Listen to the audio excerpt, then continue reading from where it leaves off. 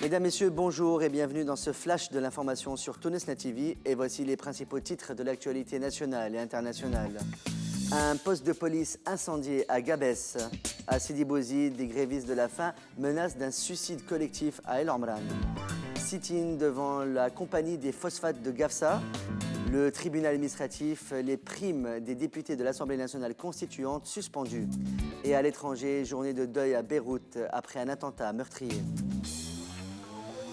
Des affrontements ont éclaté entre des protestataires sans emploi et les forces de l'ordre dans la soirée de vendredi 19 octobre 2012 dans le gouvernorat de Gabès. Les sit-ineurs ont procédé à la fermeture de plusieurs routes de Gabès, ce qui a perturbé le trafic routier. Le poste de police de Cité El Hamel a été également incendié. Plusieurs habitants d'El Omran du gouvernorat de Sidi Bouzid ont entamé ce vendredi 19 octobre une grève de la faim et ont menacé d'un suicide collectif. Les grévistes revendiquent la libération de plusieurs personnes arrêtées lors des derniers événements d'El Omran.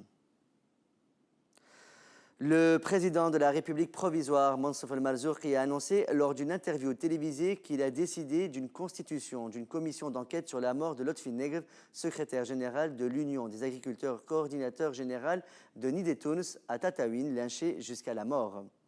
Selon le président de la République provisoire, cette commission tâchera de déterminer les causes et les circonstances de la mort de Lotfi Negr. Le ministre de l'Intérieur, Ali El-Araïd, a souligné lors de son intervention devant les constituants que toute personne impliquée dans les événements de Tataouine sera poursuivie en justice. Il a par ailleurs lancé un appel à tous les Tunisiens, les invitant à mettre l'intérêt de la Tunisie au-dessus de toutes les considérations. Taïb Bakouche, un des leaders du mouvement Nidé Tounes, a affirmé que les personnes ayant agressé Lotfi Negr appartiennent au mouvement Nahda. Il a souligné que des membres de la famille de la victime laissent croire que des individus appartenant à Nahda l'ont attaqué et l'ont agressé à coups de pierre au niveau du torse. Un groupe de jeunes chômeurs sont en sit-in au siège de la compagnie des phosphates de Gafsa, appelant à l'emploi après des promesses non honorées par le directeur général.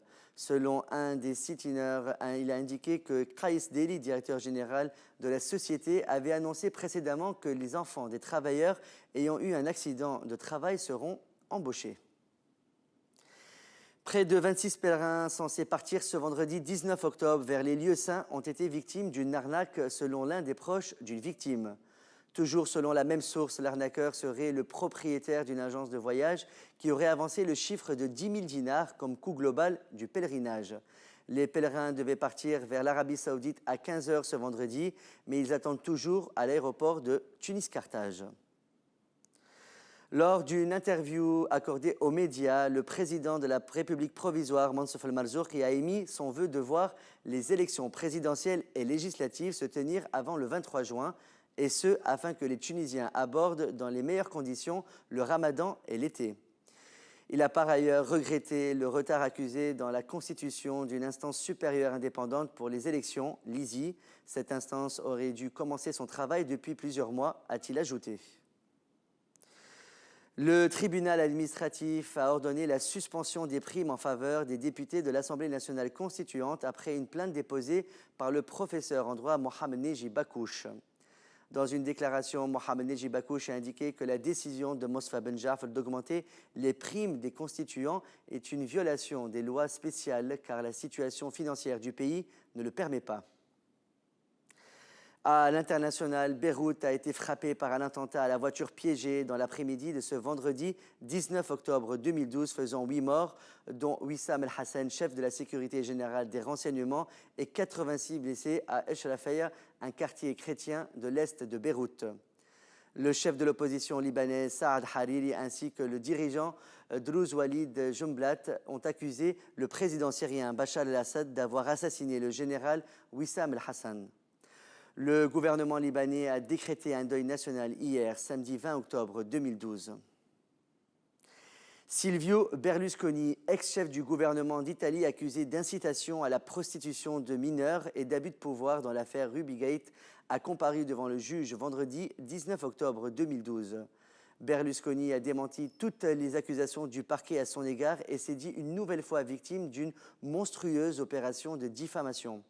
Notons que Berlusconi risque jusqu'à 3 ans de prison pour prostitution de mineurs et un maximum de 12 ans pour le chef d'accusation d'abus de pouvoir. Et on rappelle que Maya Jelibi, secrétaire générale du parti El Joumouri, sera notre invitée demain, lundi 22 octobre 2012, dans notre Flash.